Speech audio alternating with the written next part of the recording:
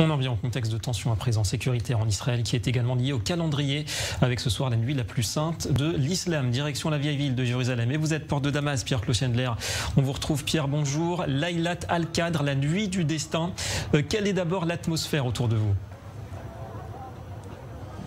David, une atmosphère de frénésie parce que les gens se pressent d'aller vers l'esplanade des mosquées ou mont du Temple qui se trouve à l'intérieur de la vieille ville avec Ahmad Alami. Nous allons vous montrer un peu la foule qu'il y a à l'heure actuelle à l'entrée de la vieille ville, à la porte de Damas. Des flots continus de dizaines de milliers de musulmans, qu'ils soient de Cisjordanie, de Jérusalem-Est ou des villages israéliens de Galilée et du centre d'Israël, viennent ici.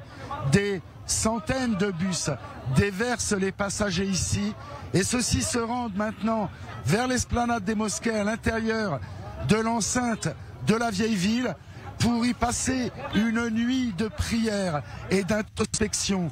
Une nuit, comme vous l'avez mentionné, la plus importante de l'islam. Une nuit la plus importante, évidemment, du mois du Ramadan.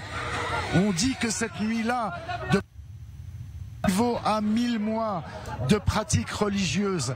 Donc c'est vous dire l'importance que revêt cette nuit extrêmement capitale dans l'islam, parce que c'est le jour, selon la tradition musulmane, en 610 après Jésus, que le Coran est descendu de Dieu vers le prophète Muhammad et que celui-ci a entendu les premières sourates du livre saint de l'islam et qu'ensuite ce livre a été révélé à l'ensemble de la communauté musulmane naissante.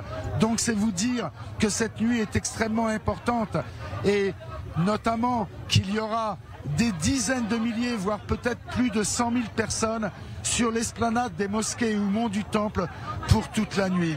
David. Voilà, forte affluence donc prévue. Merci beaucoup, Pierre Clochendler, en direct donc de Jérusalem et de la vieille